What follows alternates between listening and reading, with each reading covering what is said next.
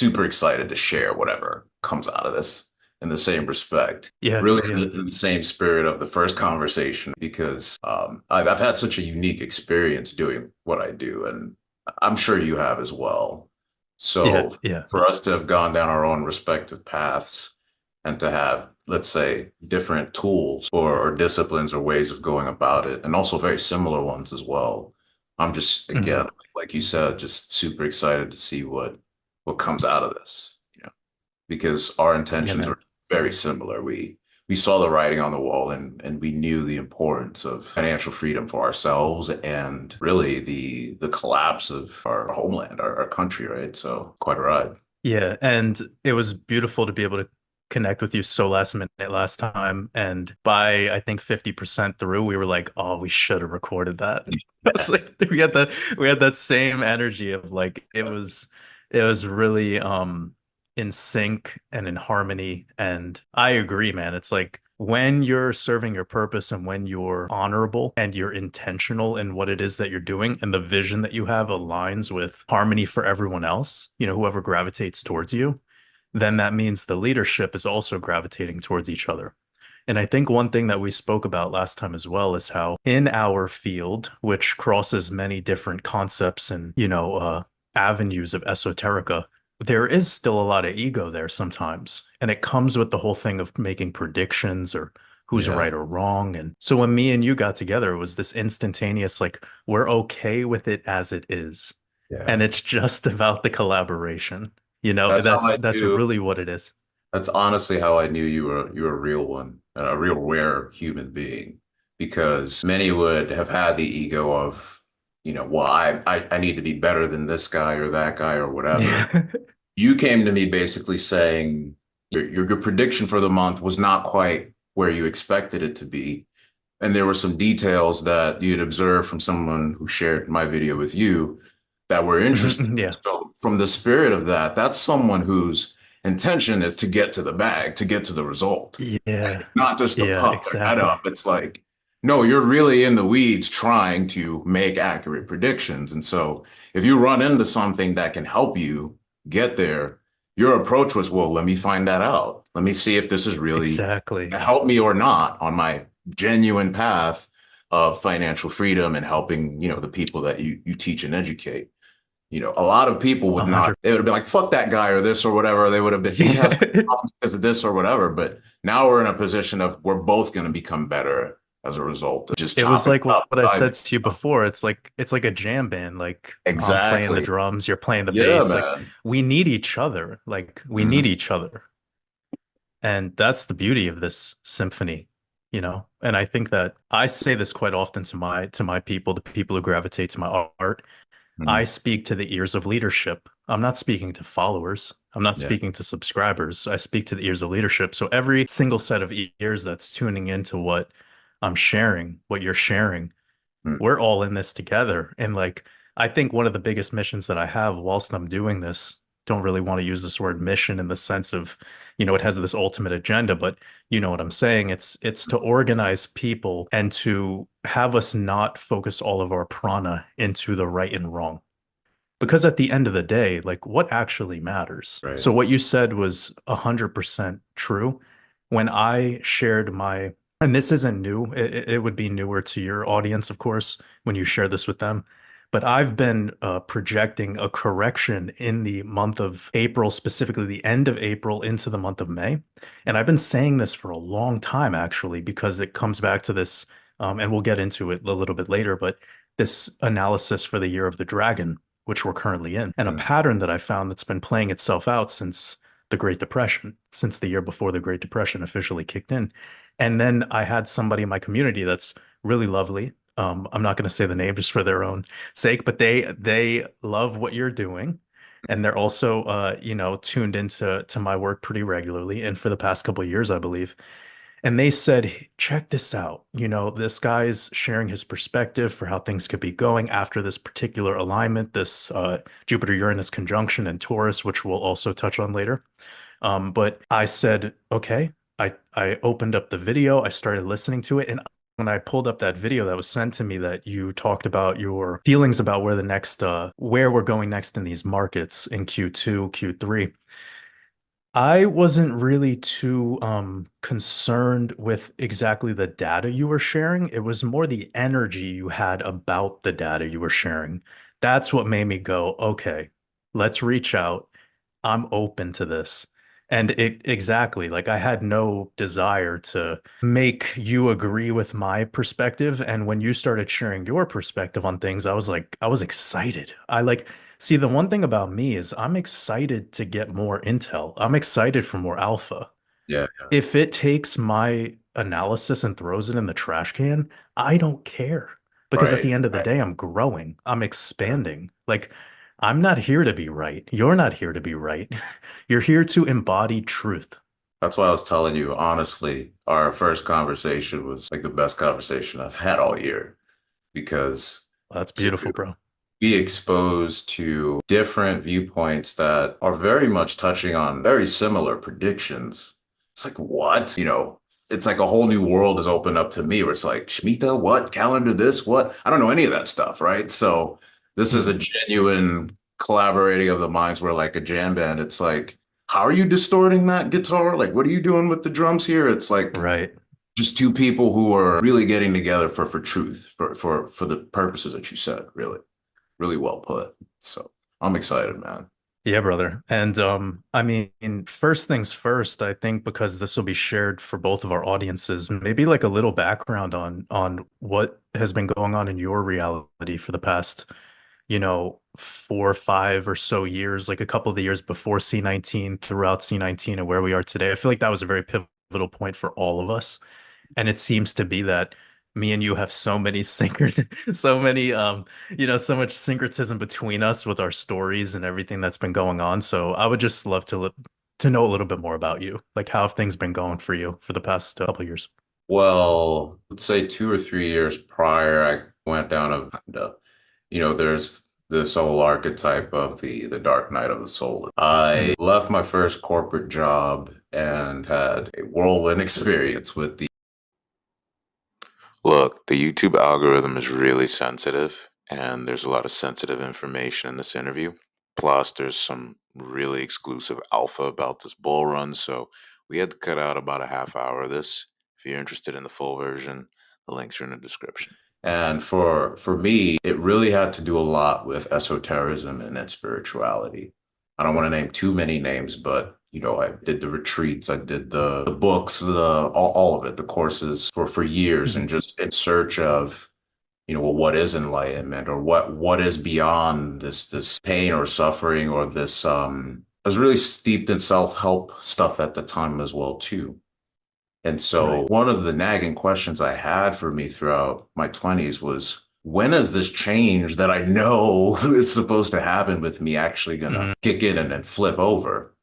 And Mhm. so it just felt like I kept searching for something that would unlock that, perhaps externally. Um, Sure. Astrology for me was a thing where, and growing up where we grew up, it's like, people that look like me and just us in general, we don't fuck with that shit, man. I mean, Miss Cleo used to be a thing on TV. I don't know if you remember her, right? That was like a fucking joke, right? And so for Sure. me to be going down this rabbit hole of exploring new things and also having a understanding of games people play or cons or scams people play, again, just because of where we grew up, right? I Yeah, had exactly. And that's first. important that you brought that up. That point right there is huge because it's gonna blend into what I'll share later. But keep going. This is so resonating with me right now, what you're talking about. So with, we look out for those things. We are skeptics. And I was raised by immigrants Exactly. who, for ever since like before I was born, I'm sure I was hearing this in the womb. It's like, you will go to college, you'll get an education. That the whole thing was like being smart was very much like valued. Like in part that the karma of being born into this world is a lot of the energy behind your parents, right? So the Mhm. dichotomy of, what they wanted from me and, yeah, they're immigrants, but that versus, being an American, right? And how we experienced 9/11 and seeing how much of the world just was not how it was presented that attitude being exposed to during this time period where I'm having this deep search of everything and just being open-minded, bringing that attitude and experience to an astrological reading where I'm being told things about myself that couldn't be done by just like a psychic or someone playing games like, and I gave you the example when we were talking of what they call cold reading, where someone can say something like, I bet you are pretty generous to your friends, but sometimes you hold back. Or I bet sometimes you're pretty hard on yourself when it comes to things in life. But I bet sometimes you're pretty lazy and pretty relaxed on yourself sometimes too, which is Yeah. every human being Just has vague. ever existed ever, right? Right. Yeah, it's vague. It's just vague. But these are things that you can tell somebody and go like, wow, you're really talking about me. And For so I sure. was pretty privy to that shit. So for me to be seeing things in this astrological reading that will say things about like family members or certain experiences and times in your life, what happened to me was I had just happened to encounter someone who was really good at what they were doing, which I later found out is how every field works. It really is a Pareto distribution. Yeah. Every field, you have a small percentage of people who are really good, and then you just have the fucking masses, Yeah. which is one thing I'll give you credit for by saying that you speak to leaders. Again, like we're just meeting here. And it feels like we've known each other longer than that, which is weird, Yeah. but Either way, for the audience, I've only spoken to Sama for two hours maybe total, and it was just one time. There's no, yeah, this is very much still in us getting to know. right. But are we? I think we're remembering like all I our think we homies. are I too. think we're all in the process of remembering all Yeah. of our people. That's why I always say people too, like my people, because I feel connected a lot more as I've become more open to all of this and have kind of taken my ego and been through the process of healing my ego. I start to see I'm an extension of all of it, right? And every time that it comes to combat me, that it wants to pull out its Mars energy and fight me, I'm like, okay, try, go for it. Go Stab for me it. in the back. I Mhm. just turn into liquid mercury. Like, you can't fuck with me anymore.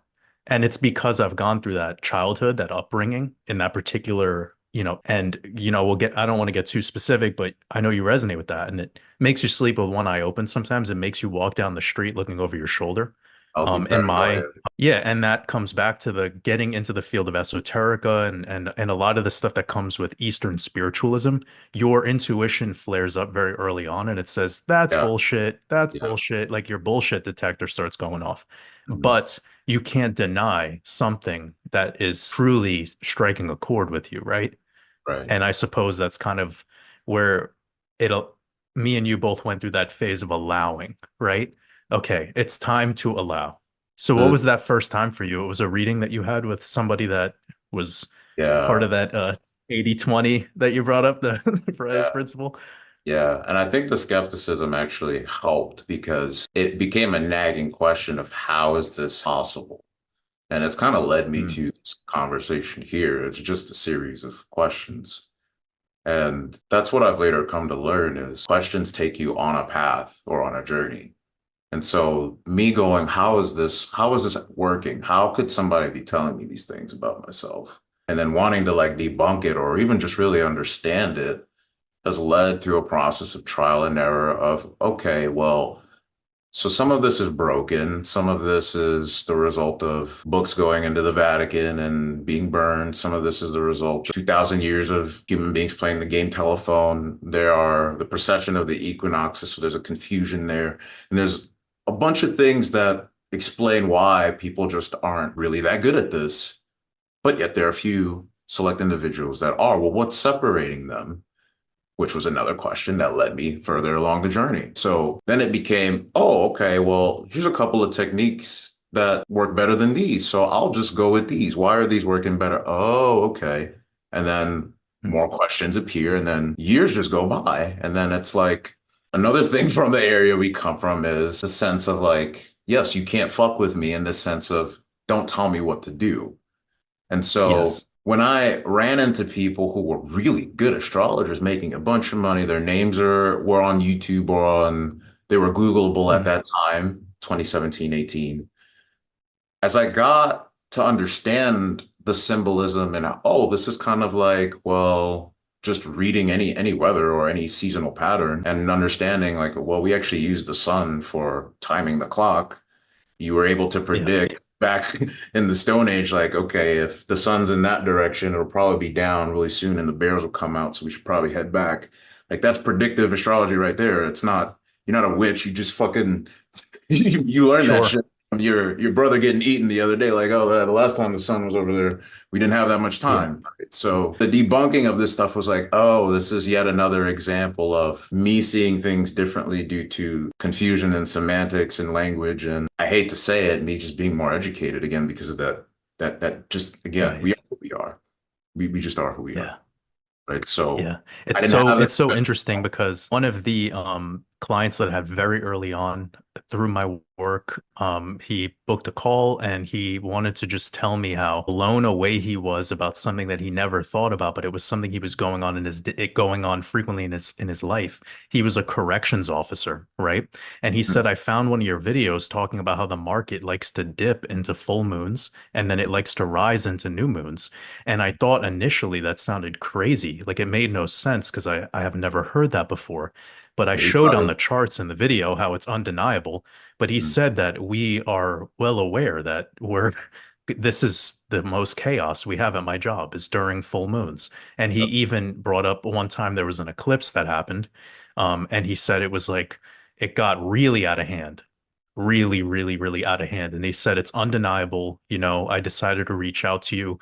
And he was talking about how he made a couple trades off of this as well. Like he was just swing trading the moon cycles from the video shared. This was a while ago too, but it was the first time where I had somebody reach out who had skepticism. But then in their own life, they were able to piece it together just like you did a second ago. Like it had no woo-woo to it when we needed Right. to know when is the winter coming, right? It was just Right. a necessity. Like It it's was a a necessity. necessity to know, Yeah. right? But now with these technological luxuries and all the stuff that we're dealing with today, we're so disconnected from nature. We're also disconnected from the spiritual sense in many different aspects. I don't want to sound judgmental, but it seems that man is currently spiritually bankrupt, even whilst having a lot of material wealth. We see this all the time, even in multimillionaires and billionaires. So, you know, really the people that we're speaking to here when we're coming out and sharing this art is those that have always been in tune with this type of thing. And it's important that they show up with the skepticism, just as me and you have. And Right. and the one thing that you brought up that's so key here is I think regardless of what upbringing you've had, if you're tuning into this, one thing you probably did experience quite recently was during those 2 years of this lockdown, and you had people telling you how to behave, right? What to put on your face, what, you know, and that right there, you had a moment where your intuition flared up and it said, I don't think I should be doing that. Like I actually will not do that. And Mm. that was a really fascinating time period because you went from perhaps once respecting this whole group of individuals as specialists and as people who have your best interest, and then now you don't feel that way anymore and it made you more open to other things. And this is why, if anyone out there believes that the quote unquote New World Order is like evil and awful and all of this stuff, but you have to remind yourself that it actually helped you mine and extract more consciousness like 9/11, it actually allowed you to tap into this information field in a way that you would have never been able to if it wasn't for that event. And I tested this one time very early on in my channel and you should do this as well. It's always fun. You ask your audience, what was like your red pill moment? What was the moment where you felt like, oh, this isn't the reality that I was told it was, just like you were explaining earlier. And I Yeah. swear about 80 to 90% of the submissions in the comment section everyone said 9/11. This was people that were 60, 70 in some instances. So they've had this whole life and then recently have had this event. And then that triggered this apocalypse by the true definition and uncovering, right? Yeah. And It we goes at the to the same point time, we're that probably a thread here of remembering, right? And maybe abs in that's more because absolutely. why is that all you're talking about people, I'm assuming much older than us who again was this a recent poll? Like they've lived through 2020 and then you polled them Yeah. or all right, Yeah, it so was after they're not 2020. even counting that. I wouldn't count that. I wouldn't count 2020 either. I would count for me. 2020 was like a splash of water in the face. Like, did you forget? Like, oh, you forgot. Like, wake up. Like, that's what it was for me. Yeah. It was a reminder of what I had learned in 9/11. So Yeah. it's really interesting that you say that. Yeah. And I call it wiping away the cosmic amnesia, which I don't know who I heard that I from. love that. Yeah, you Sorry, I said that can't give last time. Yeah. Yeah, Yeah. sorry, I can't give credit to the person, but I heard this one time and it really struck with me, and it's something that I've been keeping in mind with any clients that I have that are going through this kind of process. And yeah, it's beautiful that we're all sort of waking up to the knowing that we've always known. There's no new data that's actually entering your attention. It's always been there. And if anything, man is struggling with a hoarding of data. We have hoarded too Too much much. information. It's too much. Information is not necessarily what you should desire. Information means you are in formation. You are like soldiers walking in a line. Those sheep go to the slaughter. You don't need the information. You need wisdom. You need applied knowledge. You need something that has life force, not just something sitting around collecting dust. And there's so many brilliant people that have packed their skulls with so much data, so much information, and they have this brain fog, if you will, because there's no purpose behind the data. There's no driving force. And for you, it aligned in this way where you found this astrology thing and then you were able to transmute this data, this information. You're able to transmute that thing into something that now is helping with the awakening process of everyone else. The remembering process is probably the better word. Is where is the information coming from? What is it rooted in? Is it chock full of source rooted in something real? Or is it an empty chase designed to put you in formation to chase something that is empty because that information was designed to make you do that? And so, so much information out there is actually weaponized to waste your time, to take from you Yes. because it is devoid of that source, of that truth. And so when people run into, let's say, others who are doing what you do, or others who are doing what I do, if it's not rooted in that, then it's empty. And they run into the same problem. It doesn't matter what the label is, whether it's gematria, astrology, whatever. It's where is it coming Yeah. from? And so this is the other side of the skepticism coin is this ever increasing sea of intellectuals that don't know a fucking thing. Is this is how you get a world where we get presented models and algorithms that predict, I'll say it, climate this, that, or whatever, or that the case Hmm. rate will be this and these many people will die. Those numbers are always wrong because they're not rooted from that place of truth. And so the other side of the skepticism is we, like you said it on the head, is the disconnection from nature. And so it becomes just a lot of heady bullshit that's not really real. Yeah. And where did you find yourself maybe becoming quicker with those reminders? Because I feel like that's the thing that we're all going through right now is like we know the truth, we know the answers, but it's the ones who are excellent or the ones who thrive or the ones that become successful are just quicker to realize and self-correct. And then they don't have as much guilt and shame in that process, right? Whilst you're in this beginner phase, whatever that means, whilst you're there, you have a lot of guilt and a lot of shame, and you're almost trying to avoid the being wrong thing or the miscalculating. You're not willing to self-correct. There's too much ego there. There's too much, artificial loss. So like, do you have maybe some things to add to that with what did it take for you to start going, okay, this wasn't the way that I thought, or this wasn't the way that I thought, but instead of feeling down about it, any guilt or shame, you were just in expansion mode, like self-correct mode. Staying on the path of honest questions of wanting to understand things I wanted to understand. I know that sounds vague, but it led me to, let's say, a certain person or teacher or event or an experience. And many oftentimes there would be a sense of maybe this is the thing that will change or fix everything, and there'll be a sense of disillusionment. And those moments, I'm sure we've all had them. I've come to realize that I am all that I need, which is Mhm. paradoxical because we're talking about how we need each other. And none of this conversation would be possible without a myriad of other human beings, from the electric to the camera, all of that, right? So Yeah. we have a paradoxical experience here. So this is why we vibe. We understand what we're talking about here is artistic, and there's limitations to language. So for those who aren't familiar with how I view these things or how I'm expressing myself, let me just say that as a disclaimer. But yeah, these experiences of trying to externalize to any form of a external saving grace, be it money or a guru or mommy daddy figure, whatever. Um, through exploring the questions I had with astrology for myself and wanting to share what I learned and helping people with their own explorations, I've only very recently, I would say, gotten not just good at a technical level at what I do, but almost, dare I say, even stepping into levels of mastery when it comes to working one-on-one with people, or even with like how things are even shifting into the charts. Some of it is beyond my control. Some of it is a culmination of we have this intense desire to become financially free because we understand what time it is in the world and all these other things that are affecting people like me and you.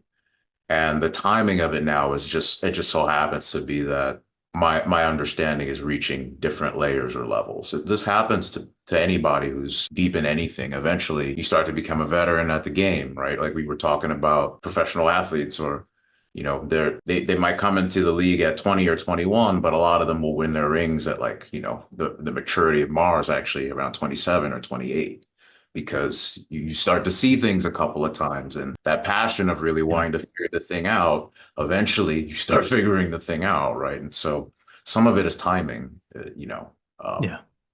but understanding how much through our problems, our answers are within that problem.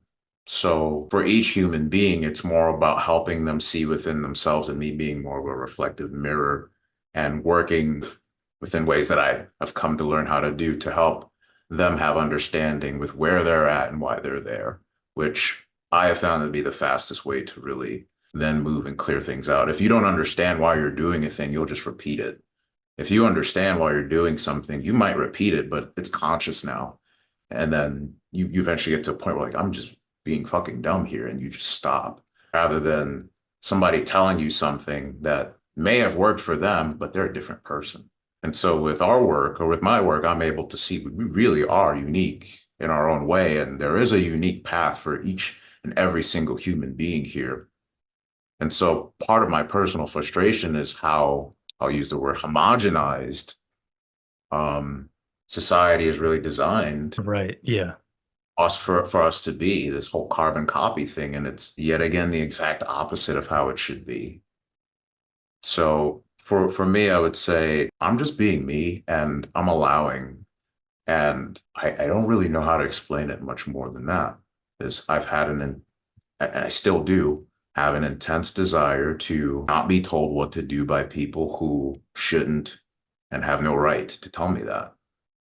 And Yeah. I could go in, we could go into a whole legal rant as Americans as to why that is, but on a spiritual level, Yeah. that's really where the battle is. And I was trying to say this earlier, why I have to give you credit is you are specifically speaking to that, and you've done so from a place of what it sounds like optimism. I'm doing it from a place of resignation. It's like I've like Oh man. just like given up. It's like No, I don't think, but like brother, like I just had not this giving happen in up my in not recent. let me explain. Not giving up in a negative way, but giving up in the sense, like, what I felt like I saw during 2020 bothered me in the sense that I thought more people would respond differently. Yeah. Yeah. And then that hit me as, no wonder these so-called elites, I don't call them elites, I always say so-called. Yeah. Yeah. It taught me viscerally why they look at us so like we're dumb. It was Sure. it was like, oh, no wonder. Like, this is, we really think standing 6 feet apart from the world's deadliest. How are people allowing this cognitive dissonance? It Yeah. really was like, and then the boxes of the masks say these do not protect you from, it's on the box. And then you want to get into an argument about how it will protect you. Like, just read the box. The manufacturer Yeah. told, like, it was just like, So this is why they look at us and just do the things that they do blatantly. And here we are in 24. What's different? Yeah. Well, So, I've noticed the patterns. It's the same but this pattern is when why you I have go to to the give you Louvre. credit. And this is why I'm saying I'm doing this from resignation. It's the same shade. It's the same polarity of the same thing, bro. We're just being here. Hmm. It's like I just need to Yeah. say what I need to say because if you guys are really that fucking dumb, and if people are just gonna do what these elites lay out for them anyway, like I'm gonna go into a rant about crypto probably here in a little bit, and I'm just gonna have to until the wheels fall off. It's like we're just chasing riches. Yeah. Blockchain could free us, and we just want Bitcoin to go to $1 million. It's like you fucking idiots. A world with $1 million Bitcoin is what? $100 gas? Then what? Yeah. Right.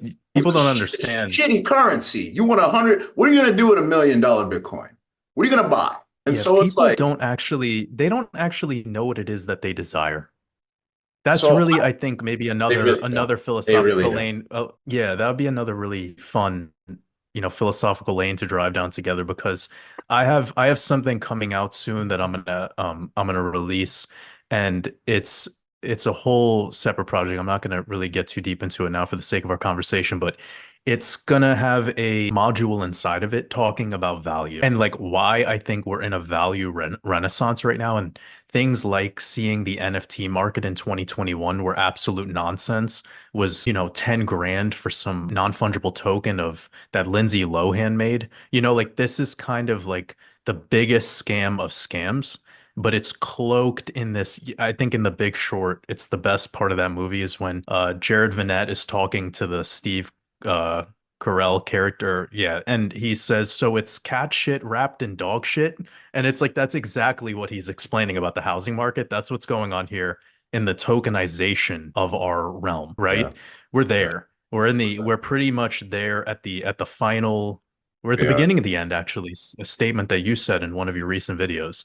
yeah. So, but one of the things I want to jump back to really quick before we go down that lane is you were talking about this experience of 2020 and you were giving me credit for the optimism.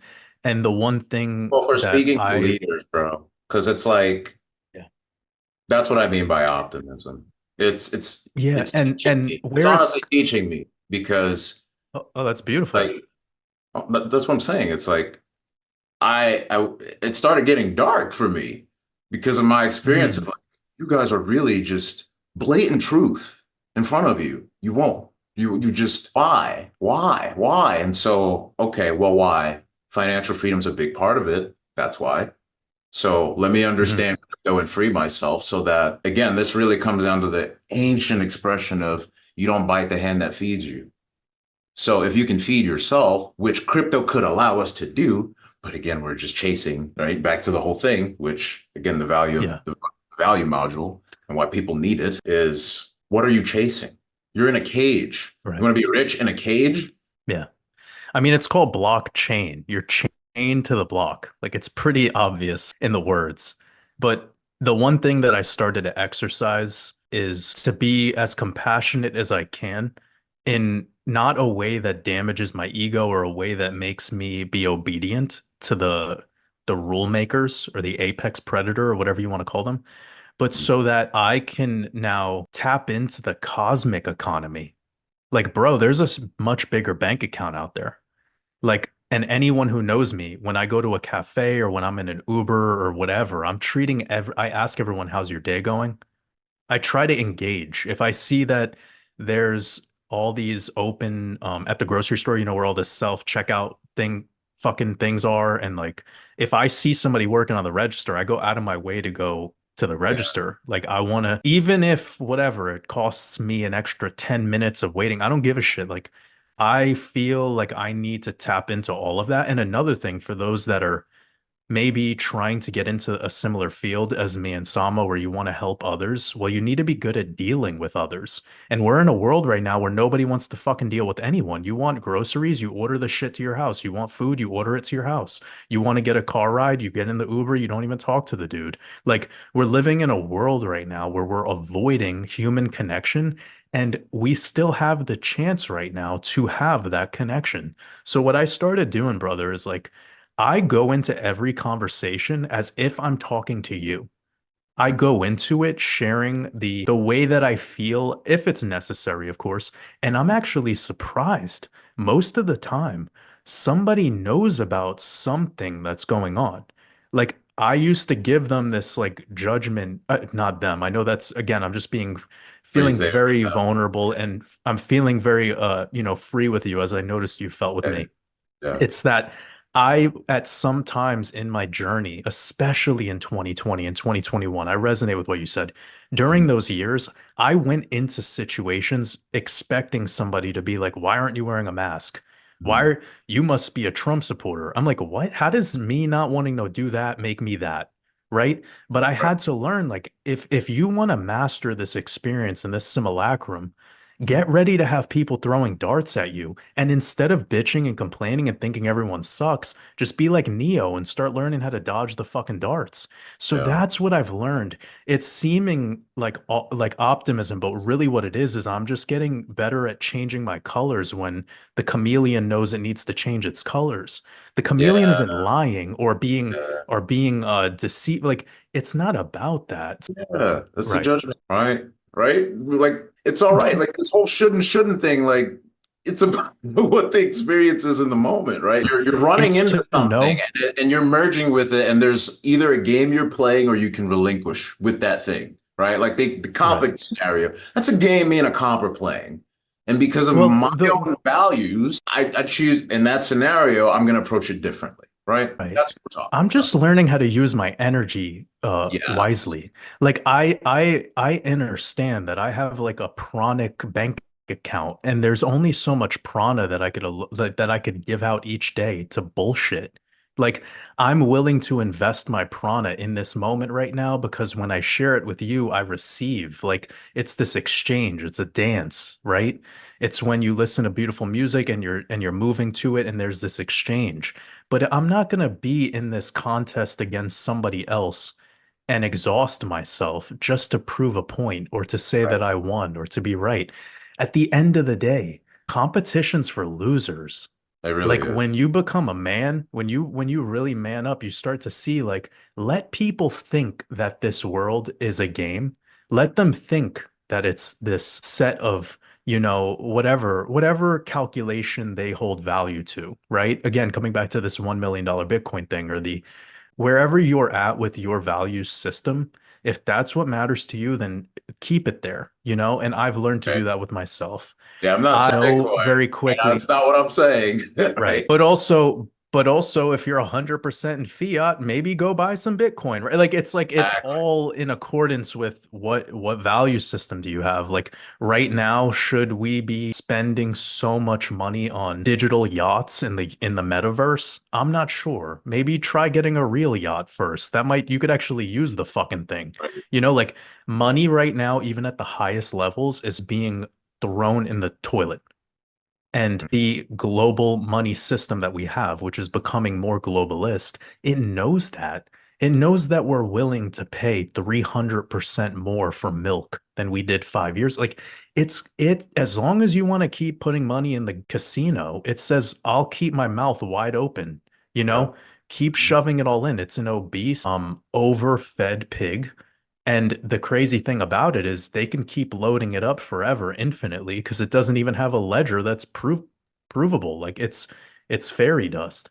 And the same thing goes for crypto. The same thing goes for whatever CBDC that'll come out. The same thing goes for a lot, right? It's an infinite vacuum. And I think people are going through this value apocalypse right now, and people such as ourselves, we're just trying to teach people how to navigate those waters. Like Yeah. it's not about having the best fucking boat. It's about knowing when to deal with the winds getting a little rough, how to deal with some high tide. And too many people right now are chasing this whole get rich thing and they're avoiding the spiritual wealth. They're avoiding the mental well-being. So they're racking up all these G's in their bank account, but they're fucking depressed and they have anxiety and they're worried about next week and they have no ability to let go of some trauma of the past. They have a lot of bitterness inside of them. So That's there's in part what so much happened that to me. goes into this. That's in part what happened to Is me. it? So I saw the writing on the wall with 2020. I leave the corporate world. I'm researching all this stuff about what happens when money is printed because the CARES Act happened. I'm like, something's fucking going on here. They're fucking with us. This is BS. This is going to lead to some kind of collapse. So I go down this whole economic rabbit hole again, which I've done in the past when I was around that 9/11 thing, actually. So here I am again, and I find out about Bitcoin and how it's basically anti-inflationary. And I leave the corporate world to commit myself to, again, this also goes back to when I said we don't like being told what to do or we like to resist a challenge. I was talking with a few of the best astrologers I could find at the time, and they all said financial astrology was impossible. It's too difficult. So that was the turn on for me after the money printing and then learning about crypto. I leave the corporate world. I just throw myself into with some astrological alignments in my chart. I timed it on purpose. I said, I'm committing to this. I'm going to figure this out. There will be a bull run. I can do this. And I need to become financially free because if they're telling people to wear masks and it's obviously BS, then what else is coming? So that healthy paranoia that I was telling you about, it was a just 10 out of 10 on the scale. And it really, again, to my point where I always talk about true desire is my true desire was not to have to be told what to do by people that don't have that right. And the way things lined up for me now, as I'm explaining it, it all pointed towards crypto and that particular bull run due to my upbringing, my chart, me being me. That's just how that's how this conversation is happening. And Mhm. I was correct, right? I experienced DeFi summer and Binance liquidations and all that shit. And then PayPal announced they were getting into it, then MicroStrategy, and then we got 14K, and then we broke through. And my portfolio was in a place that I'd never seen that much money. And so Yeah, that yeah, then it's like, okay, my money problems seem to be taken care of, I guess, but these fucking assholes are still, now it's not just a mask, it's a whole bunch of other things. I can't travel, I can't do this, I can't do that. What passport should I yeah, buy? I need to leave and so it's not like I was happy. It was just yeah, one, so that's in part why I ended up with the channel and making the videos very similar to yourself because it's not just about me. And it's not just about making money. Like I said earlier, what's the point about being rich in a cage, especially when and even from a selfish perspective, whether it's loved ones, friends, family, yeah. they're walking into a trap. It's like lighting a cigarette or having a drink when people are around you dying. It's like, how do you enjoy yourself? I guess some people Yeah. can. Well, to numb, and money is being used by To a lot numb. of wealthy It's to people numb. as a numbing. Yeah, exactly. And And yeah, and can money you only blame cures people money for numbing problems. themselves? When you have an open heart in this world and you can really see what's happening, Sure. Yeah. It's happened to me a lot actually. A lot of I had a couple of moments in my journey where I got really shook, like when you start learning about the organ harvesting and like all the shit going on with human trafficking, like that's deep, that's heavy. and I'm So when sure I started you've learning had about moments for yourself. Sorry to cut you off, where you're like, "Do I really want to be talking about these people?" And smart you don't have your face up. My dumbass does, but it's like these are murderers of a high level. This is professional mafia. We just look at them as Well, government. what I believe at that level is like I feel protected. Like I really do feel protected. I've gotten into so much stuff over the last 5 years where I'm like, it only goes this way because I don't burden Yeah, myself with worrying about it. Like yeah, everything is happening exactly how it needs to happen. And every time it doesn't, it's because I try to overplan something that's not from yeah, the heart and it's yeah. solely from my mind being analytical. And that's where I make my mistakes, right? But Yes, I like that to is say like that my mistakes are my greatest choices because at least I get to learn from those. But getting back to this, yeah, this moment we're in right now where we have a heavy heart and we want to be of use to all of those that have potential and that also are going through something.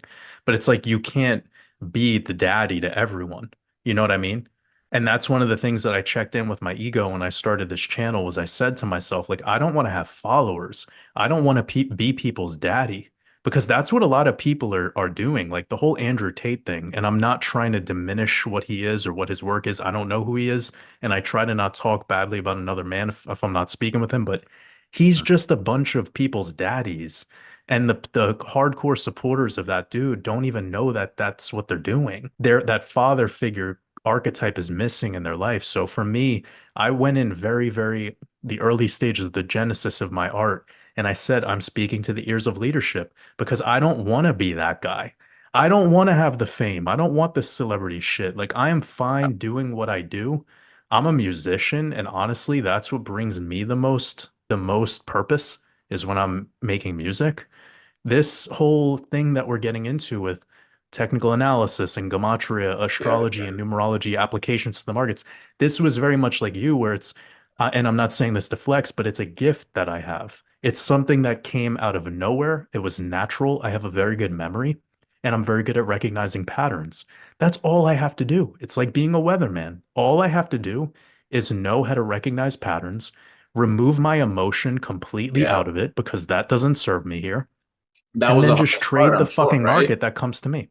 That was the The hardest part, hardest right? part, Just you getting know out what of the your own way. hardest part, yes, in one sense, but the hardest part has developed. The hurdle that I have been learning how to master today is how to not get offended or upset if hate comes my way, even if I know this person is hurting a lot. That's Yeah. me being vulnerable. And this is something that I work with a lot of clients in. It's like, if you really want to be a leader, you have to be aware that there's going to be people that hate you, even if you're helping them, even if you're making them money.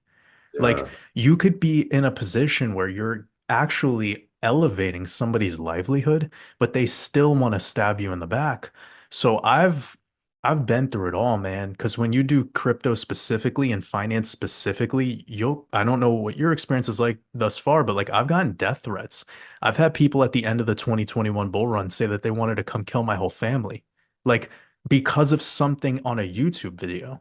And I'm like, it took me a moment to separate from like what am I doing? What's the consequence of what I'm doing? I needed to check in. Like, so every move that I've made and the way that I'm dancing through this whole show is very much on my terms. I have a lot of people that wish I would show myself and be all open like that. And I'm like, bro, this is me doing me my way. Like I needed to Right. do it this way.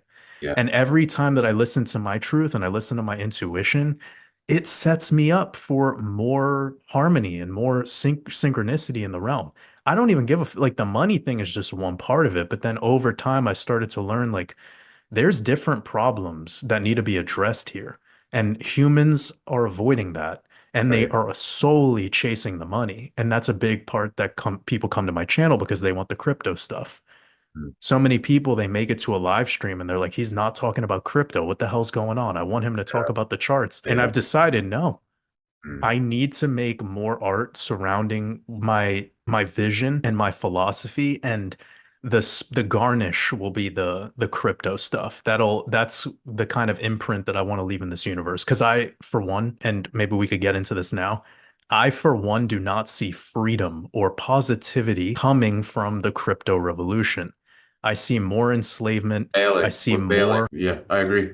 We're failing. I see. There's an I see opportunity for us it, but we are absolutely. chasing the wrong thing.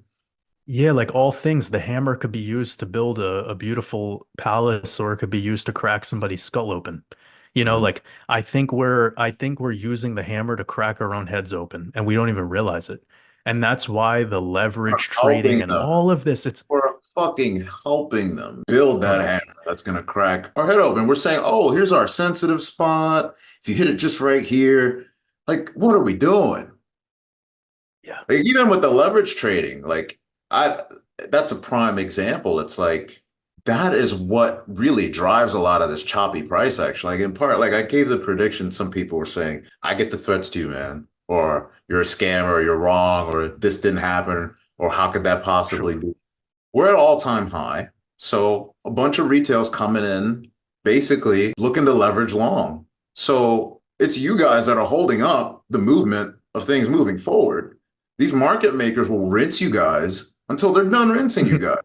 Then we'll move Yeah, up. Keep 100xing at 70K and we'll stay here yeah, and we'll keep chopping yeah, sideways. Like I said in my fucking video, it's you guys. It's not like it's not me. And so the death threats, they're gonna come again, bro, because yeah, people get euphoric like that at the end of bull runs.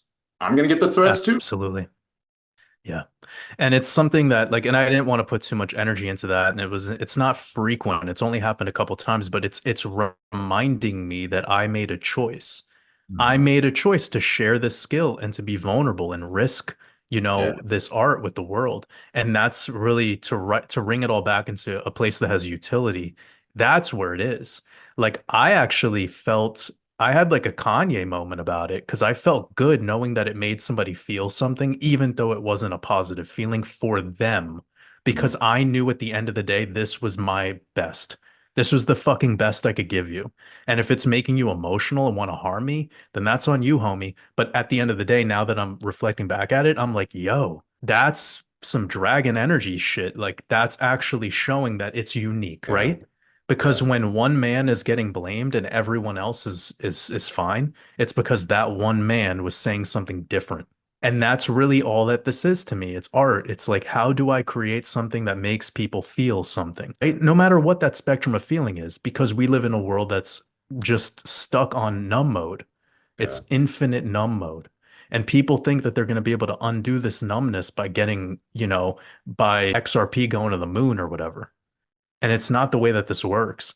It's like a lot of the time, if you aren't prepared and stoic today, then when the market appreciates and it goes up 1,000, 2,000%, you're not going to know how to exit that.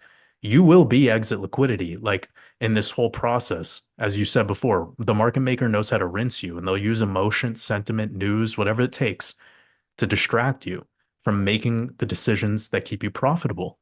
And then what's so hilarious about all of this is whenever people do take profits and do de-risk, and we talked about this last time because I was mentioning to you how I was de-risking some Bitcoin around 49 and 54,000.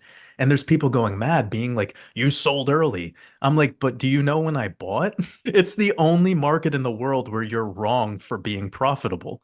And it's fucking hilarious to me That because I'm is like, it's that is clear insane. as That is insane greed. Like, oh my, like we're fucked, bro. it's a different type of greed. It's a different type of greed. And I don't know if people are ready for this world that we're actually moving into. I think They're just not. as of last year with this chat stuff and a lot of the artificial intelligence that's moved in, we're getting close to a world that will be hard to delineate between what's reality and what has been generated by a computer. And we see this being used in scams now. Like if you're somebody who uses crypto keywords, it will give you advertisements that are crypto based. And they're now using these deep fake technologies to have very convincing advertisements telling you to send over whatever amount of coins and they'll send you back double or whatever bullshit. And it's still Yeah. working. That's why they're paying money to do these advertisements. And we're just getting started with this. Like This is all this gonna is hit really just so hard, so fast. It's why there will be digital, exactly. and it's why the technocracy is fucking imminent. It's Yeah. all gonna hit us too fast, too soon. And this is the importance of us talking about these things and preparing. You said something, I don't even remember what you were talking about, but you specifically used the words while we still have time. And you're right on the money with that. I view this year really now between now and Q1 of next year as like the last era of living life this Yeah. way. It's the get your shit together Yeah. phase. A door shut, right, in January of 2020. Well, another one is closing in Q2 of next year. And so Right. this bull run, if you aren't quite financially free, you might want to take this one a bit seriously and listen to what Above Waters is telling you and be level-headed about this and take a serious, disciplined approach to this, not one based out of a crazy frenzy or euphoria. That's what I'm doing and we can switch to charts or whatever and kind of get into see things playing out. I don't know if you had a moment Yep. to look into 2032 or 33, because those are the years that I'm really seeing that we can actually reset things because things will have been catastrophe. Things will have been broken. America's a third world country at that point, and we have to kind of start over with new currencies, whether that's we've either rejected the CBDC at that point and it's failed, Mm. or they've implemented it so hard that I don't even associate with that world. I'm in the world of people who don't use that currency. That's how I view 2033, 20 that point. So that's essentially Yeah. saying we have less than 10 years to see the euro, the yen, the dollar, all these things disappear and become digitized, or disappear, become digitized, and rejected also. Yeah. Because these governments and these currencies, this cannot continue. And cyclically, we are at a point where this is what has happened in the past. A lot of the similarities, you sent me down a path of looking at 1940, right? Mm. And what was really interesting for me, let me see if I can share my screen here. Let's get this up. Yeah, and remind me in a moment to talk a little bit about the whole 2030 timeline, or we could finish off with that a little bit later, since that's like pretty far out from now, Mhm. and it's best to maybe take this in phases. But please feel free to share what you're getting into with World War II, and then I could maybe get into where that all started between us, like why we started investigating this particular timeline. Yeah, I'm jumping ahead a little bit, so that's useful. It I'm bringing this up because you had asked me to look at the Year of the Dragon, 1940 and 1941. There was a bit of a pump that April, and then the market just kind of fell. And why Mm. that time period is so interesting is because what I can offer you is a viewpoint of the symbolism of where things were energetically. That I don't know with your disciplines or what you look at, that you probably aren't looking at it from this viewpoint. All this probably makes no I sense. sometimes I sometimes do. Yes, I have a very like it's not my go-to form of analysis, but Mhm. I do have a grasp on it and I've studied very, very deeply into mythology, so I get the relationship between all of these luminaries and the storyline and the power and the symbolism as a decoder. So I do have pretty solid grasp of that. But when it comes to the specifics of the degrees and all of these different alignments, it's not something that I spend a lot of time doing. So please feel free to share everything that you think will be useful and have Yeah. utility. And I'm going to assume that your audience is similar. They obviously aren't. Some of them told you about me, but Some I'm going to people in my audience assume. are incredible at astrology. Yes, some people in my community are really high level, not only with sidereal, Vedic, but also tropical. Yeah. Well, fundamentals are always useful. So I'm just going to speak from a very high level as if Beautiful. I, Do it. and so really what I want to just demonstrate to you is a lot of these symbols in these signs or in these areas are very much in the same place that they are now.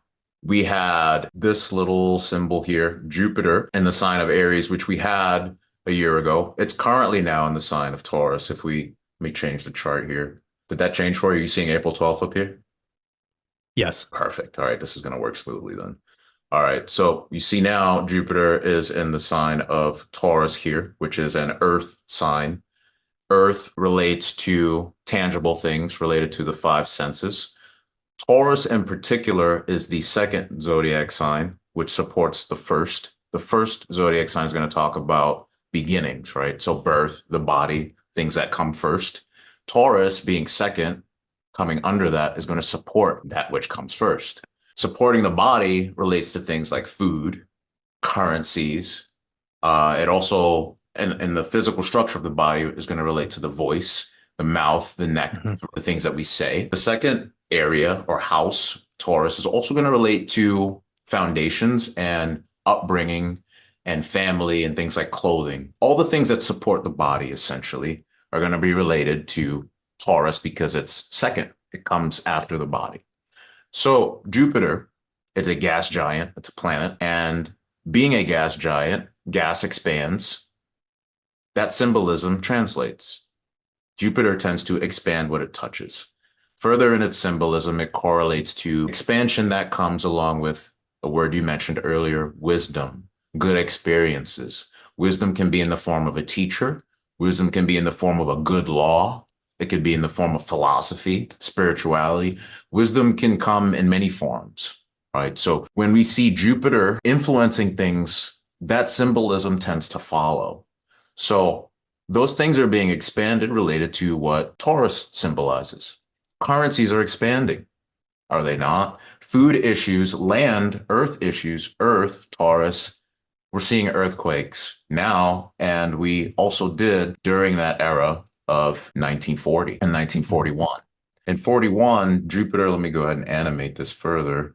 Let me go a year And ahead. let's remind the audience that 1940 was really like the first big year for World War II. World Mhm. War II started in 1939 and the year of the rabbit. And in just last year, the year of the rabbit in 2023, we had this war declared by Israel. And this is the origin of what made me bring this to Sama's attention. And we'll go like real deep into this as we go. I just wanted to make sure that everyone's aware that the key thing that was happening on the world stage in 1940 was World War II. And the date that he has pulled up of April 8th was right around, essentially within 24 hours of a total solar eclipse. Just like we had this year, a total solar eclipse in 2024 on April 8th. Now, not only is this aligning with the Chinese year of the dragon, the eclipses of 1940 align. All of the lunar and solar eclipses are in alignment, and the Hebrew calendar is also in alignment with the Gregorian calendar. This is very, very rare to have Very, that particular alignment, meaning very. that Rosh Hashanah, this upcoming Hebrew New Year, that'll be on October 2nd, was also in 1940 on October 2nd. And it was also on a total solar eclipse or an annular solar eclipse. That is big. Yeah. So that's what made me bring this to Sama's attention because I saw all that synchronicity on my end. Chinese year was aligning, eclipses were aligning, year of the sorry, and then also the big takeaway with the Hebrew calendar, the Gregorian calendar. And then on top of that, the fact that this Hebrew year of 5,784, it adds up in numerology to 24 before reduction. And we're in the year 2024.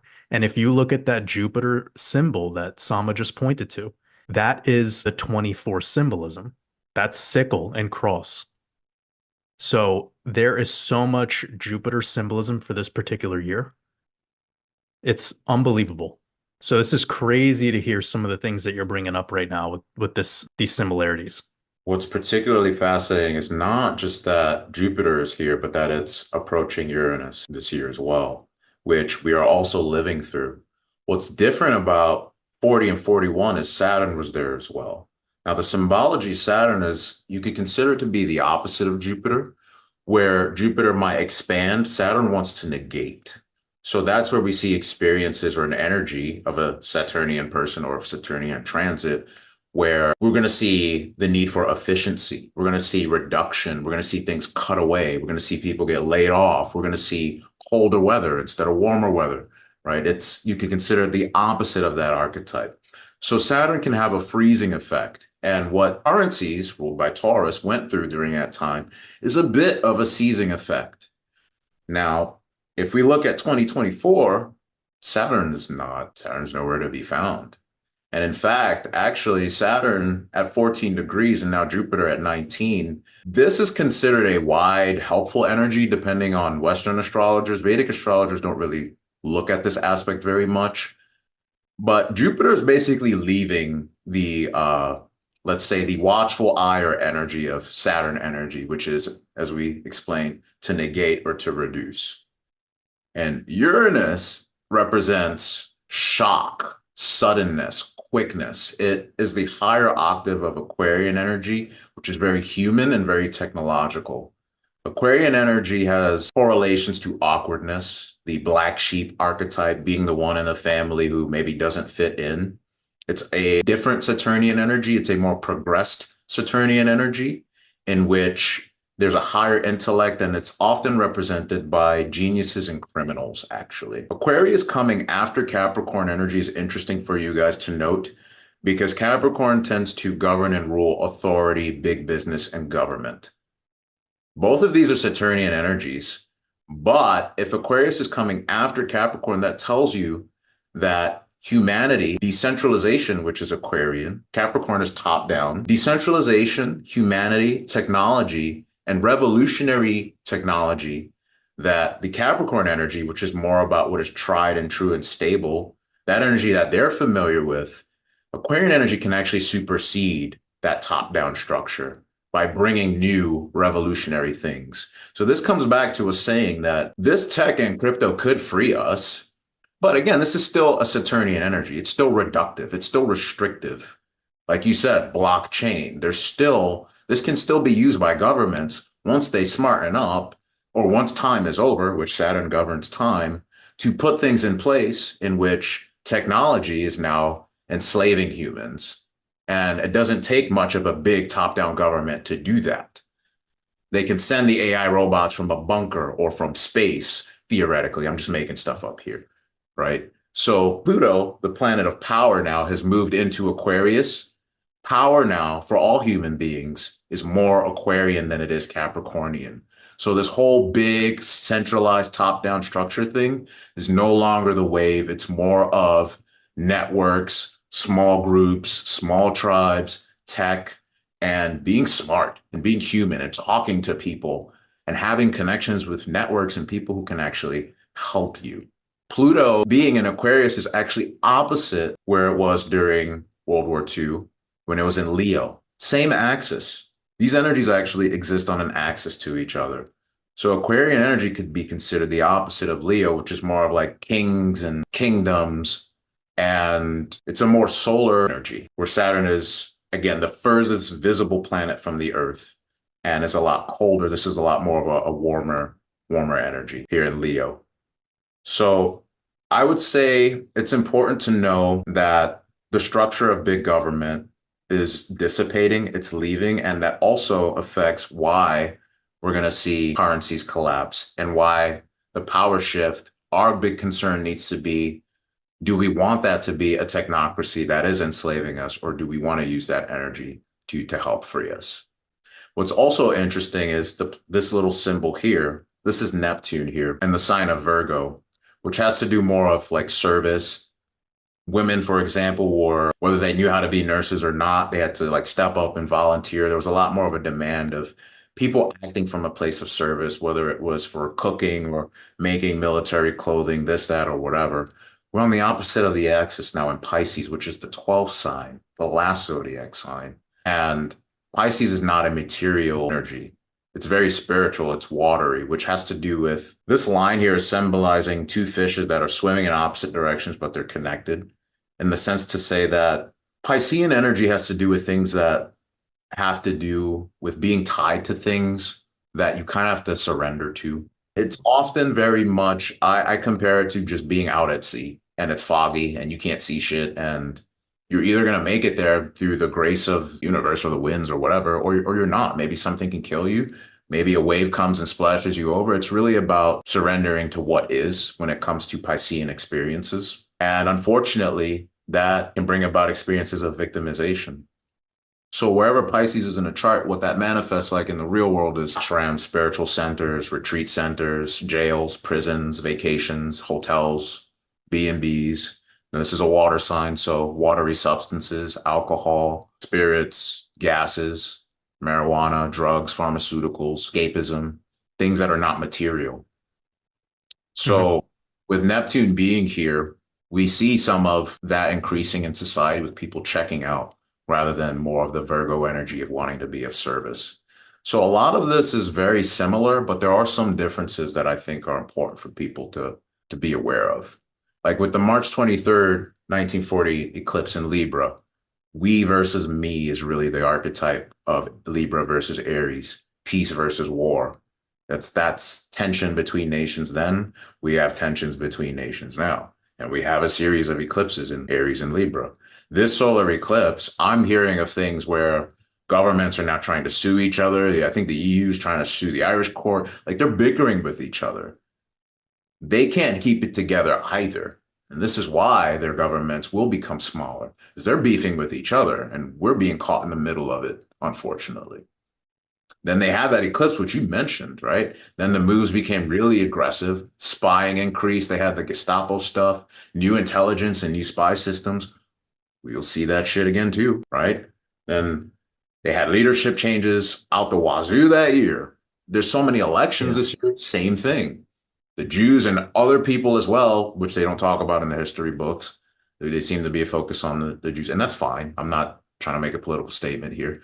But all kinds of people started being hunted, and there's all kinds of civil unrest during that time as well. And there was a draft. It's not like, and if there's a draft in America, I think that'd be fucking hilarious, unless they're trying to use all these migrants they're letting in. I don't see a bunch of Americans going to war for Biden, but I'm not a normie, so I don't know. Maybe people would love to go Yeah. to Biden. I don't know. Then there was a retrograde of this. Where's this symbol here? Venus in Virgo. That in the year 1940, actually, if I back up, that went into Cancer and Gemini, and that showed alliances falling out. Venus is important because it's a financial planet and it also relates to harmony. It's, you could say, the boss or the energy in charge of the energy of Libra, where the eclipses were occurring. Our version of that this year is we're going to have a Mars retrograde at the end of 2024, which election season in America. And these eclipses are affecting, as we've covered, alliances. So I would expect alliances to shift dramatically after December, going into January of next year. Yeah. And I've told people who may have seen this video on my channel, it's called the Climate Change Wars. I think this might be the last election in America. It's going to be a shit show for sure. But I don't see things changing or us going down any other route to undo that outcome, you know. And during the Venus retrograde and these eclipses too, Nazi Germany invaded too the Soviet Union under an eclipse. Yeah. So, I mean, America's just being invaded by migrants. We're not being invaded by Nazis right now, or maybe we are. Who knows? Yeah. But But they're doing well with the predictive programming because today the Civil War movie comes out and the whole brief that's synopsis of it is it's the American Civil War V2. it's like it's happening on purpose or something. The thing too with Uranus and the Earth signs too is the hurricanes, heat waves, terror attacks, starvation. A lot of that happened in 40 and 41. So Yeah. yeah, a lot of this is This very reflective. Yeah, for sure. And the one thing that you were talking about when you brought up royalty or you brought up the idea of kings, and that was very much in the 1930s going into the early 40s. The royalty knew it was time to be that chameleon that changes its colors, right? No different than the mafia deciding to like join forces with the intelligence agencies. Like they get they get a deal, an offer. They say, you know, you join us and you could still keep up the criminal bullshit you're doing. You just do it with a different uniform. yep, And that's essentially what was going on in that time frame. yeah. So the first nations to really go hardcore against the parasite of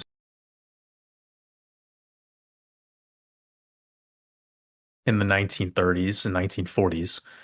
So it's not shocking that they're releasing this Civil War movie today, especially in a very important date. It's exactly equidistant to the last solar eclipse we just had a couple days ago to the date of April 15th. And April 15th is one of the most important ritual dates. But I think the most important one is the sinking of the Titanic and the story that surrounds that whole ritual, because the people that were on that boat were influential bankers that opposed the Federal Reserve System. And then 1 year later, 1913, The yeah. Federal Reserve was So created. exactly. And I feel if you keep up with current events, what just happened recently with the Titan submersible and then also the launch of Fed Now, that is so synchronized. And it's right here, sandwiched in between the Russia-Ukraine invasion and what just happened with Fucking Israel thing. and It's the same. Hamas. And what So happened these 10 events are after? very much like a ripple effect in time, right? Like there's this droplet and then it kind of expands outwardly. And I think that this is about as dialed in as it gets when you start combining all of these elements all together. You make the planets that aren't in the exact same place, which was really interesting for me to see, is that they were just in the opposite place, man. So this is a continuation or a reversal in some cases of what took place then. So to be looking at this time period of 1945 to 41 is super key. And Yeah. to touch upon that with what I said about currencies expiring and 10 years later, what happened after the war? Bretton Woods, which they are working towards, and they want that to be the CBDC. And so they have these different factions who are making their CBDC, whether it's the BIS or whether it's SWIFT, right? Or whether it's Right. China or the BRICS. They see the writing on the wall. They're like, America's fucked. Let's see which one of us can be top dog here.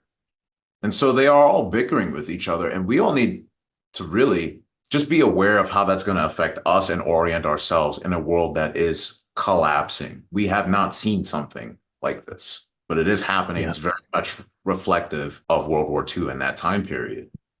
America emerged as absolutely. a And superpower then. It's not going to do that this time. yeah, and just everyone like getting back to what I was talking about a moment ago with this whole like the so-called bad guys just joined the side of the winning narrative Mhm. after World War II. And all that meant was these royals and these apex predators were more in the shadows. They were not in publicity as much. They were almost turned into a joke in a way, in a lot of senses. And that has been ramped up even more lately since the death of this past queen and all the controversy in the city of London. So what we're watching now is like we're moving into the next transition, which could very well be like a United Nations globalized court system where That's exactly what they countries want to put and in. That's exactly what they want to put in. If you live in a yeah, Western country right now, in 10 years, if you're still there, that's what it's going to look like. yeah. Unless, I don't know. Let me not even go to unless, but that's what they have in store. So I want to quickly Let's show win a this civil war, I because it's guess. happening. Since this is happening, like this is happening live as we're recording this. This is a JP Morgan chart, so JP Morgan Chase. And you can see as of today on market open, there has been a big dump.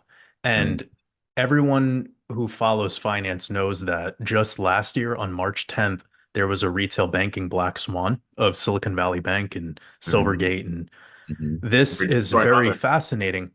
It's very fascinating how that happened just right before that solar eclipse that happened in April of last Mm, year. And now mm, here we are just days after this, and we're starting to see a parabolic advance in banking stocks. And then today, over the last couple of days, we're seeing lots of weakness. But at the same time, we're seeing gold shoot up parabolically. We're seeing mhm, the dollar even getting stronger. So this mhm. is like while we're watching the market do what it's doing at this particular time frame, if you look at from when it was bullish to just recently, it was from eclipse to eclipse. Right Yeah. here, this is Yeah. right around that October Mhm. eclipse of Yes. 2023. And Yeah. look at what we went up into 2024 total solar eclipse on April. This is what I've been teaching my people about how to just simplify what's been going on in the markets. Eclipses are big pivot points of energy. They are Full huge. moons and new moons are energetic pivots that are on smaller time frames. But when you're around a eclipse season, which we could, I'll just in my terms share, and then you could add on your thoughts. But I call an eclipse season anything from the full moon after a solar eclipse and then before the new moon before a lunar eclipse. So it will be seemingly like a 2 month time frame. And why that's important is because it will make the full or new moon that follows an eclipse feel a little bit stalled out or a little bit unusual in market behavior. I know in your recent video, you brought up this past lunar eclipse was out of bounds. Mm. And you brought up an awesome, explanation of how to visualize it all. It would be like your parents going on a vacation and the kids are just at home unsupervised, and you kind of almost expect chaos, but you have some rules that you leave. It's just you don't expect them to follow them. You might come home and they had a party, right? So that actually is in perfect alignment with the kind of way that I teach how the full or new moons go around either eclipse. And we just passed through a very, very exoteric eclipse. Everyone on the world stage knew about this eclipse. It was a big deal. Deal. Compared to past Yeah, big eclipses, this deal. one yeah, probably the most important one before this was the one in 2017, right? Mhm. Anyways, so I just wanted to start off with this, and then let's move into this year of the dragon analysis. And then I want to show everyone this 1941 year because it was the last time that Jupiter Uranus conjunction was in Taurus, which is specifically what's coming up on April 20th. Were you going to say something, brother?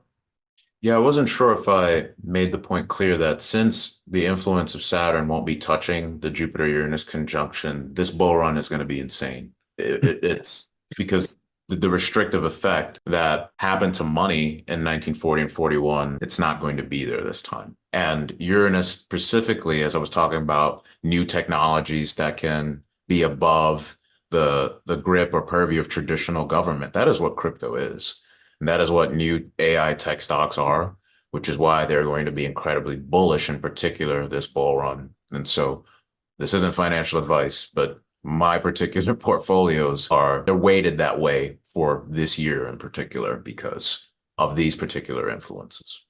Yeah, and just to give people a little background on where this all came from, it was from, again, earlier in this podcast, I was sent a video from one of the people in my community that Sama just released maybe 2 videos ago.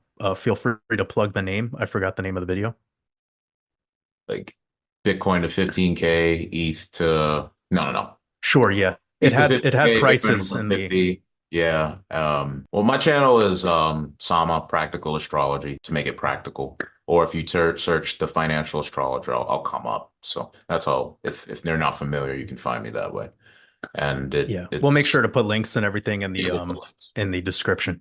And so it was sent to me because in my analysis, I've been very, very clear for over 6 months now, going on probably over half a year at this point, that during the year of the dragon, it is very normal for us to top out by late March into early April, and then we have a pullback into the month of June, specifically around the full moon, if it's in late May or a full moon in early June. So there was very specific timing to all of this.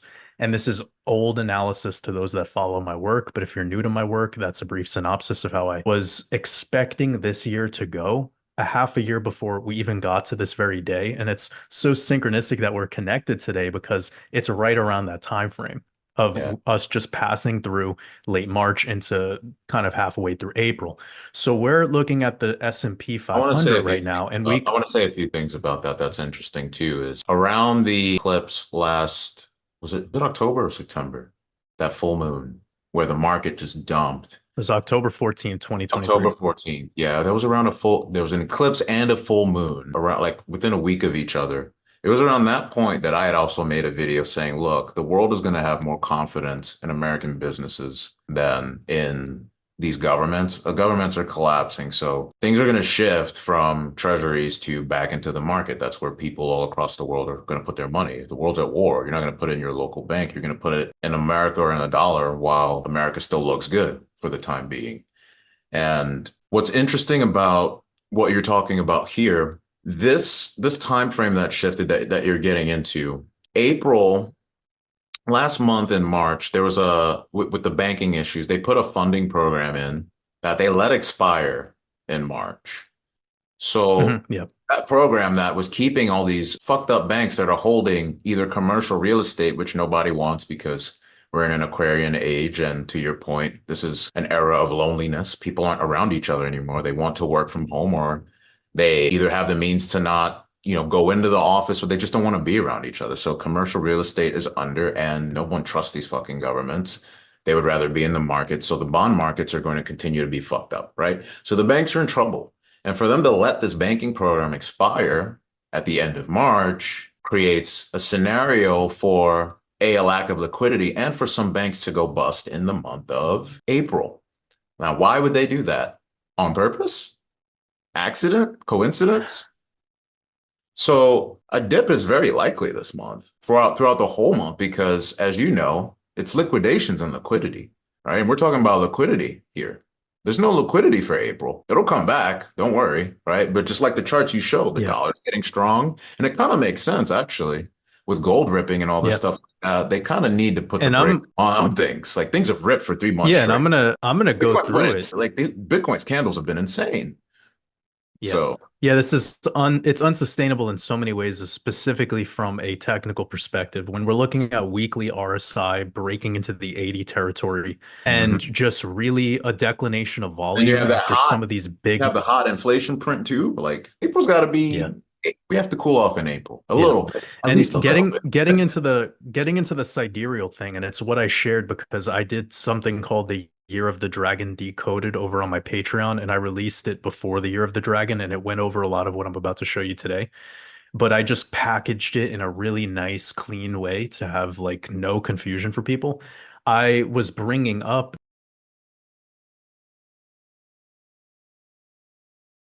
that in sidereal, when the sun's moving into Pisces and then through the phase of moving into Pisces and then into Aries, that is like one of the most crucial time frames for markets when you're looking at Yeah. Yeah. the cyclicality of markets.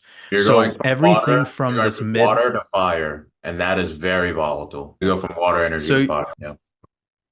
especially in this particular year. So let me get to this real quick for everyone. You're going to see I'm going to go through the year of the dragon going all the way back to World War II, 1940, which was the astro chart that Sama started us off with. And this red line is just indicating where we initially topped out during the year of the dragon before having a pullback.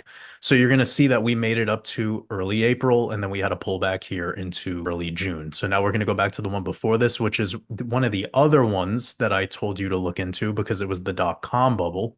Right. And here we have, again, for everyone, this green box. Every time you see green boxes, that means Year of the Dragon. I made it very, very simple for everyone. This red line was the top of the market initially. It actually ended up being the cycle top, by the way. So if you de-risked this back in 2000, you were a fucking legend. Mhm. Okay. So I don't want to hear it from the people that are telling me that I de-risked early. Like there, that doesn't exist when you're in a market that's overheated. Exactly. Back in Exactly. 2000, everyone got fleeced in retail. The only people who walked away were the people that were making these fake companies. So anyway, getting back to this, we topped out in late March. You can see March 24th. We had our pullback effectively into late May. We did get a little bit of a flash crash, but that was bought up too quickly to even count. And this ended up leading to a double top effectively in September, and then it broke structure. Now, I want everyone to pay attention to this because this is very similar to 1941. Like it's very much they know and we know. What's brother, you want to know something that's so interesting? I've said CBDCs recently to people that are like not even aware of markets or not really that savvy, but they This is know showing what up. they are.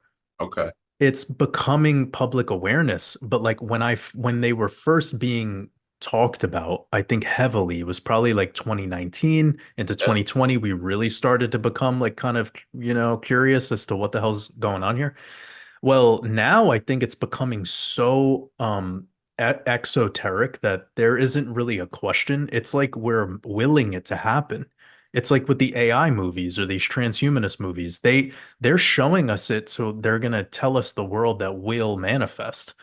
And the CBDC thing is very much that. And the same thing with digital identification and all the other things that are coming down the pipeline. And I want to talk about this really quickly.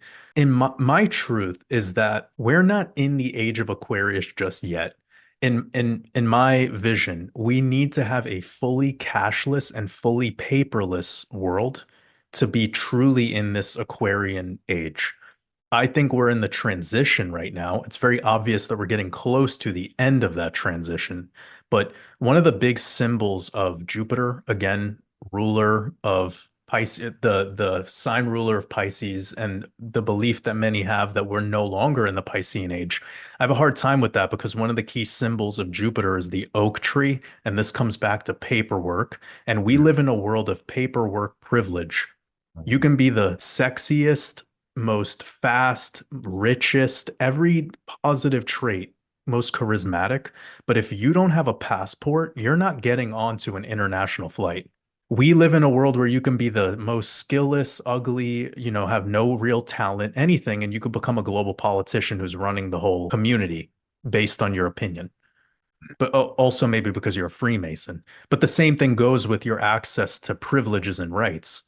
You can with paperwork, which money is kind of still paper for now, it's going away. So I think that's a key symbol. We're in the age of burning the paper away and we're going digital fully in this Aquarian age. Whether you're gonna say that it's ruled by Uranus or ruled by Saturn, it's all kind of the same in many ways, I feel, in regarding this vibe Their of mythology is intertwined. It's yeah, pick one. They both. absolutely. And they have a similar mythology. They're Mhm. both overthrown by their by their son. I don't want to oh dude, it's beautiful. We're watching like basically a flash crash right now while we talk. These charts are crazy. I wanted So to tweet yesterday just that Bitcoin's going to 66K, but I didn't. And here we are. I mean, there's a huge liquidity pocket there. But yeah, it would be yeah. healthy for this thing to pull back. So It needs to. the the final thought on all of this is like, I think that in order for us to truly be in the Aquarian age, we have to be cashless. We have to have no more passports, no more driver's license, no more insurance card, no more paper, no more mail. We have to be fully digital. And that regards that the most important things of our lives is, can I go to that place or can I do this thing without this piece of paper? So we've already moved into the QR codes. For the most part, we have Apple Wallet, which allows us to show boarding passes, but we still have to show that passport when we cross through customs.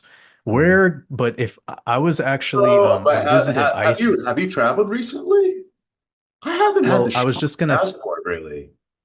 It's all hmm, scanning the face, bro. And so yes. So facial recognition is these eras overlap, right? So you arguing when an era exactly. begins or ends, it's kind of like I look at conjunctions or what we call ingresses, the entrance of a planet into a particular sign. I look at what's happening in the world. Like when Pluto entered Aquarius in the tropical zodiac last year, there were airstrikes. Pluto representing death, Aquarius being an air sign. Those things aren't coincidences to me. So I look to see like, well, okay, how is this playing out on the mundane level? You could argue that some people could argue the Aquarian era began in 87, 88. The first computer virus began then, right? Atari, I think, came out that year, right? The first, Microsoft and all that was brewing then. You could argue that with the Saturn Jupiter conjunction in the tropical zodiac of 2020, that began the Aquarian area because, well, if your business wasn't online, you weren't making any money. And then crypto had an intense bull run and it printed all this money and tech stocks went crazy. It depends on how you're looking at what's being activated at certain times. What's particularly unique about this decade is that Saturn Jupiter conjunction in 2020 and now Pluto in Aquarius in 23 and 24. These are indications of cycles that are very long that are beginning as well. And kick off energies in air signs that will also continue for hundreds of years in air signs as well. There are still energies in play that are not air based, but a lot of them are coming through this particular decade. And this transition you're talking about is very much scheduled for this decade. And we're going to see a lot Yeah. of those shifts Q2 of next year, actually, because Uranus in Taurus is going to move to an air sign of Gemini. Jupiter is going to move to an air So sign. A lot this of is this exactly the activity direction I was going in. is Yeah. waking up this particular decade. And so the Yes. digitization of, well, you can't walk into this store without your phone or card or face or that stuff is going to hit us very quickly. It is quite literally around the corner. Yes. And that's really where I wanted to go with this is that we are getting so close to whatever that thing is. And the Jupiterian symbolism that I've been seeing, like if you look at the Paris Summer Olympics, the original logo for that was just straight in your face. It was the Zodiac symbol of, or it was the symbol of Jupiter. They're not Literally. hiding this. Yeah. And then the secondary symbolism that they used was a flame. So I very much feel like we're in the process of like burning away these final moments. This is the phoenix rising from the ashes. And you have to ask yourself, like, do you want to be the phoenix or do you want to be the ashes? Yeah. So are you ready to move? Are you ready to sync up with the new age without it taking over your whole, beingness, right? Yeah. How to be that chameleon. Because people have heard us say many things today about the crypto market and about cryptocurrency and blockchain, but it doesn't mean that we're not investing in it. We're just here to leverage on it. Like, but we're not making it our god. We're not worshiping it. Like, I don't Yeah. give a fuck about what these technocrats want to do. I just have to follow the money. And then I have to take my money and put it there so that I could have more money. And then I could do something very honorable with my profits. And I have Exactly. a huge vision in the future of what I want to do. So, this is kind of these steps. It's to go with this flow. Don't worship it in the process just because you're making some money. And I think that's what a lot of people tripped and fell on in 2021. They made all this money off of like Shiba Inu, and then they gave all their prana away to these technocrats. And they don't understand that the future of all of these blockchain technology companies is very much draconian and it is in alignment with the Agenda 2030 and having, what World Economic Forum says, you'll own nothing and be happy. And I just saw this quite recently. I was walking down the street and I noticed that all the bicycles everyone's using now are these rented bicycles that are like Mhm. plugged into the sidewalk. And Yep. when I was growing up as a kid, we had our bike was like our biggest responsibility. Yeah. Like you Yeah. needed to show back home with that fucking bike. Your Right. mom would whoop your ass if you didn't. Like it was such an important piece of property. Yeah. And we had responsibility over it. And if somebody dented it or kicked it or dropped it, we like took that personally. I'm not saying be so attached here, but my bigger point is today, we just go rent the bike, we throw it on the ground, or just it's like we don't have any sense of respect or responsibility anymore for these tangible things. And I think that's going to harm the younger generation Yeah, man. into a place where it's almost like where they won't want anything and they will be happy because they're like, I could just rent everything momentarily. And what's that going to do to the way we treat each other? Well, there are people who understand that, oh, there's a lot of Aquarian energy coming. We can use this to bring back socialism, the quote unquote right way in their eyes. And that's really what we're going through is you're going to see a lot more of this sharing rather than you owning because we are going into a time of questioning value. And they know that the things that are valuable, like food and shelter and prime real estate, are becoming more scarce. And so they are going to promote how it's good because a lot of people are trapped in good versus bad, should versus shouldn't. It's good to share. You don't need to have things of your own. You don't need to have a gasoline powered vehicle. No, let's all share an EV that can be shut down by some faceless entity if you don't do the right things and be a good citizen. And so there's a lot of what will come through that is using an understanding of the energy that will be manipulated into you're a good boy or good girl if you do XYZ, while they on the other Right. end still fly their jets and pollute and bomb this and that and create far more, pollution and carbon waste, this, that, or whatever in a week than you ever could in your entire fucking life if you flew private Right. all year long. So that understanding is very often weaponized against us because you can ride energy. You can just flow with it. And that's in part what you're talking about here is their money's in the crypto market too. Think criminals, Biden, didn't Sam Bankman-Fried show you that, guys, that? Whether it's a Democrat or a Republican, there's clean and dirty money in all of these markets. It's just there. It's just money. It's a tool. It's being used. And so Yeah. just Just because, thoughts and ideas. exactly. So just because we're saying currencies are going to collapse, a dump is coming, doesn't mean that we're not in this market to make money either. We are too. And I think some people confuse that, right? They hear that you took profits or that I'm saying, oh, sell around, I'm considering taking profits around June or August, that means, oh, so you're not bullish or this, that. And it's just like, well, what's Yeah. your, why are you here? What is your goal? And Right. so I sounded pessimistic earlier. It's more about an understanding of I need to start with within and I need to start with being and I need to understand with a pure assessment of my situation and where I want to go and removing the things that are in the way of that. So to all of you watching, pessimism, optimism, that is what it is. What's more important is where are you right now? Where do you want to go? Can the market help you do that? Right. Can Above Waters help you do that? Can I, my newsletter or the things that I'm saying, if they can help you do that, great. If not, clarity on what will serve you and what you're here to do and live, in my artistic opinion, is what our lives are for. And so I hope that this video and the gains and the profits you may or may not make, if you follow some of this, are supporting that, your unique once in a lifetime existence. And I hope personally out of my value system that that existence and that life is lived with authenticity, freedom, and a sovereignty and an understanding of who and what you really are, not by what you're being told.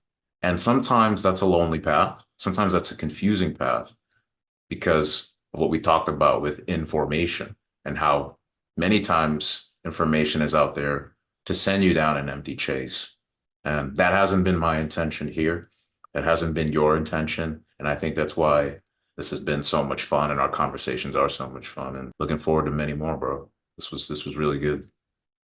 Yeah. No, I agree. It was packed full of value. And also for me, you going through some of this astrological stuff. It's really, really helpful to see a different side of what's going on in that realm from somebody that I resonate with, you know, somebody that's breaking it down and really like is passionate about it, but they're not doing it in a way that's trying to convince anyone, just purely showing you what's going on. I hope that presentation that I shared for everyone today gives you the same vibe. You know, I'm not Absolutely. here to have a bias of being bullish or bearish.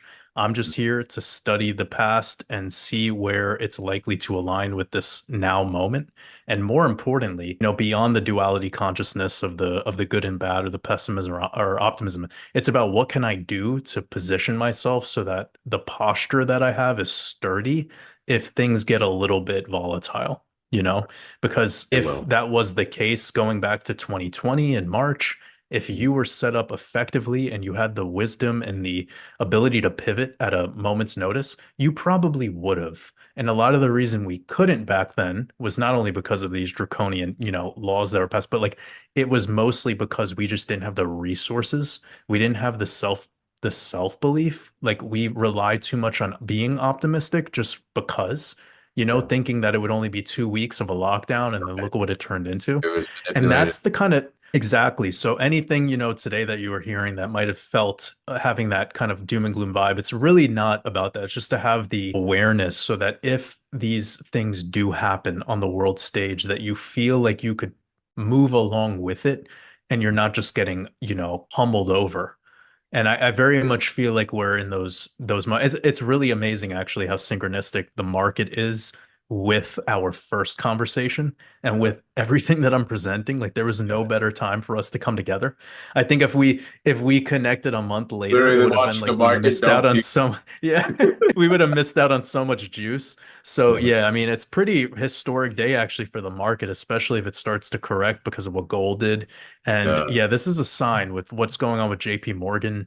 Mm. I very much think that bank term funding program that you brought up earlier with the Federal Reserve, it's starting to show the effects Fucking as did of that shit right on now. purpose. Why would you not extend that? It's like, let's let April dip. Had to have Yeah. been like, you have to have the conversation. Should we extend the program? And Yeah. And then there's an FOMC meeting at the very end of April. It'll actually be Chair Powell will speak on May 1st, and that's May Day, like Illuminati Day. mhm. So I am very yeah, I think that the Love way them that some Mayday. the 1941 Jupiter-Uranus conjunction in Taurus might be revealing a lot of what we will be going through over the next 30 to 40 days, Mhm. regardless of the Bitcoin halving, regardless of BlackRock ETF, Bitcoin ETF, all that's fucking something to distract you. You know, Right. this 2 weeks period that we're currently kind of halfway through and the following 3 weeks past this particular alignment, it tells me that it's synced so well. And even for the presidential election years, like I showed that data a little bit when you were talking earlier, the months of April and May are incredibly bearish during presidential election years. The only time that we saw that data deviate was when there was a black swan event. Mm. So with the 2008 housing market crisis, subprime mortgage crisis, and with the dot-com bubble. Mm. Those were the only two times. And I don't think we're crashing this year. I think we're very much just getting a healthy pullback, recovery into Q4. And then the election time, we'll have to wait and see. But I would love to reconnect with you anytime we can, Yeah, because for sure, man. we just got the conversation started, I feel. Yeah, for sure. Many But more. for the sake of time today, I think we've made it to the 2.5 hour mark. So it's I been a love talking marathon to you. stream. Yeah, I love talking to you because I really don't keep track of time. So I can't believe it's been. I mean, it makes sense. It's been 2.5 hours. Fuck, how do we Yeah, upload? Yeah, we'll figure this out. I'll get this to you, and we'll definitely do some more of this, man. For sure. For sure. beautiful. Well, let my audience know where they could find your work. You guys can find me on youtube.com/the financial astrologer. My website is thefinancialastrologer.com. And I'm also on Instagram and Twitter under the name Cash Rising because you should be accumulating cash during this era. If you feel like you don't have a lot of money, and like gold and real estate or a Bitcoin, if you don't understand that you can buy a fractional amount, you're probably not in here.